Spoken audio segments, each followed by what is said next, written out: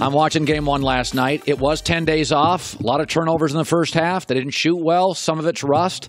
But, Doug, there's also the reality is Toronto's 3-0 against them, and you can't tell me that KD wouldn't help, right? Yes. I mean, yes, I understand the numbers, okay? But there's a lot of other factors in the numbers. I mean, if you go by the numbers, Luke Walton was a better coach than Steve Kerr with the Golden State Warriors, and we don't believe that to be the case. Right. And in this particular series, the answer is absolutely. Remember, OG Anunoby's still not playing for the Toronto Raptors after appendicitis, so they still have more depth.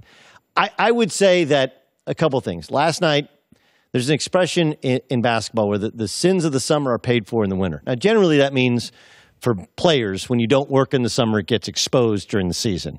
But for teams, the Golden State Warriors haven't fixed their bench. They had to kind of destroy their depth in order to get KD. Right. But they had drafted some youth, and Pat McCaw left over $300,000 in some hurt ego, hurt ego, right? He's now playing for the Raptors after Cleveland had him for a week. Yeah. The DeMarcus Cousins experiment has not worked. Right. Right? Now, you could say, how could you see that coming? But look, they weren't going to have him for long enough, and he doesn't really fit how they play anyway, offensively or defensively. So then you factor in that KD's out, and now all of a sudden their depth becomes even more exposed as opposed to Toronto, who, I mean, Fred VanVleet was their best point guard. He did their best job on Steph Curry, and he's an undrafted backup. Siakam's like the 27th pick of the draft, who they've developed. This is organizational in that they added Marc Gasol late. They were willing to sacrifice some things to load up that bench to go for it, whereas Golden State, their answer was, let's go bring back Andrew Bogut, who doesn't have it. That's why you're not seeing him, right? So I think some of it is the bench getting exposed. Some of it is this is a different matchup. Some of it is Siakam having the game of his life, like he's making a running hook. And some of it was they weren't the attention to detail. This is the bad Warriors. Ton of turnovers, lack of attention to detail, right? And Siakam went right at Steph Curry every time he was guarding him, went right to him and shot a floater in the lane. And some of it is there was an unbelievable amount of energy and maybe a little bit of fortune, the 1-foot shot from Fred VanVleet, and they won one game. I don't think it determines what the series will do. I think Kawhi Leonard doesn't appear to be fully healthy, and that's good news. But Andre Iguodala getting dinged up again, not having Kevin Durant, does not bode well for a 7-game series or a 6-game series now that you're down 1 game to none for the first time in your finals history. Paul George, to some degree, I believe he stayed in, because I think Paul's a pretty smart guy, and he knew Westbrook wasn't the easiest guy to play with, but it was $40 million guaranteed, and he'd had a major injury. Kawhi almost missed an entire season with an injury. The body stuff's always been a little bit of an enigma. Now he has tendonitis. Listen, he gave up $30 million to leave San Antonio. He'd give up $49 million guaranteed to leave Toronto. I know it's not all about money, but that's $80 million. When I read that story this morning about his knees giving him problems, Kawhi knows how hard he plays. He knows how hard, and he knows it. You athletes know your body better. Well, he also took 22 games off. This is after load management. Yeah, I'm saying, so if I'm Kawhi, I'm going back, I'm thinking, what do I got left? 4 great years? I'd rather have it guaranteed than go to the Clippers.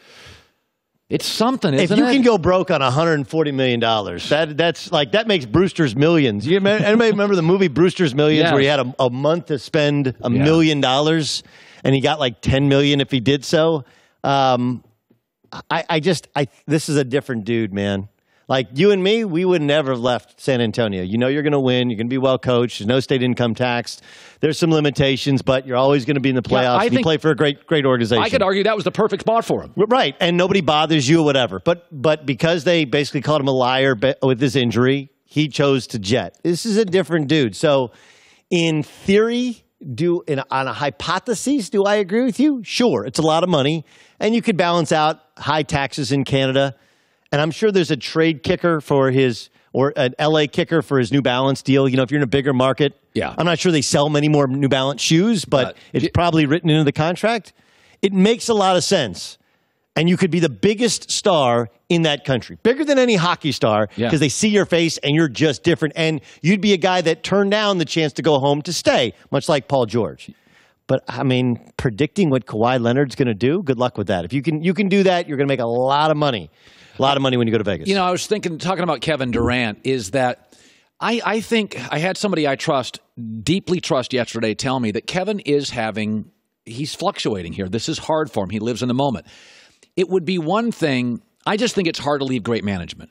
Owner, GM, coach, dudes. Golden State's pretty darn good. That's why you told me to come here, by the way. That's right. Good dudes, right? Yeah.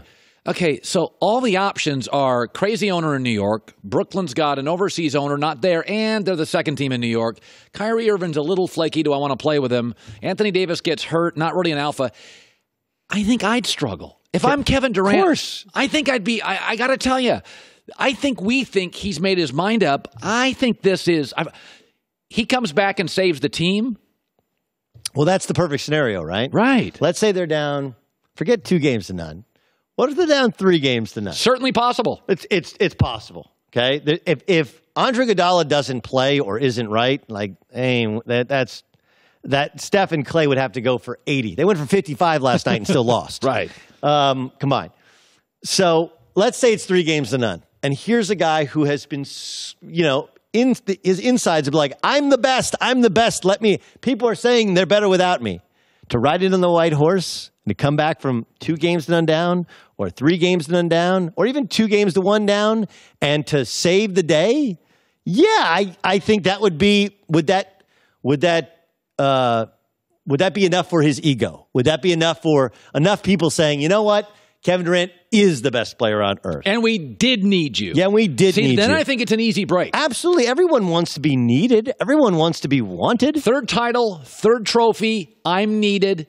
Then it's a very clean break. Yes. Or clean break or reason to stay, right? If somebody says, hey, dude, we need you. We need you. We don't just want you. We need you. I think that, and I actually have made this argument when I'm sitting in your chair, that people forget the league was catching. Everybody's like, well, they won 73 games. Yeah, but they could have lost to Oklahoma City, Yeah, they were down 3-1. And they were down 3-1 to Oklahoma City.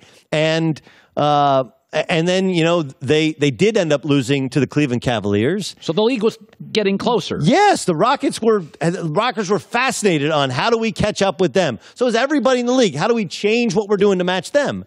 And, to me, I think they needed Kevin Durant just as much as he needed them as a vehicle to put him on the same court with LeBron James in the NBA Finals. And it worked out.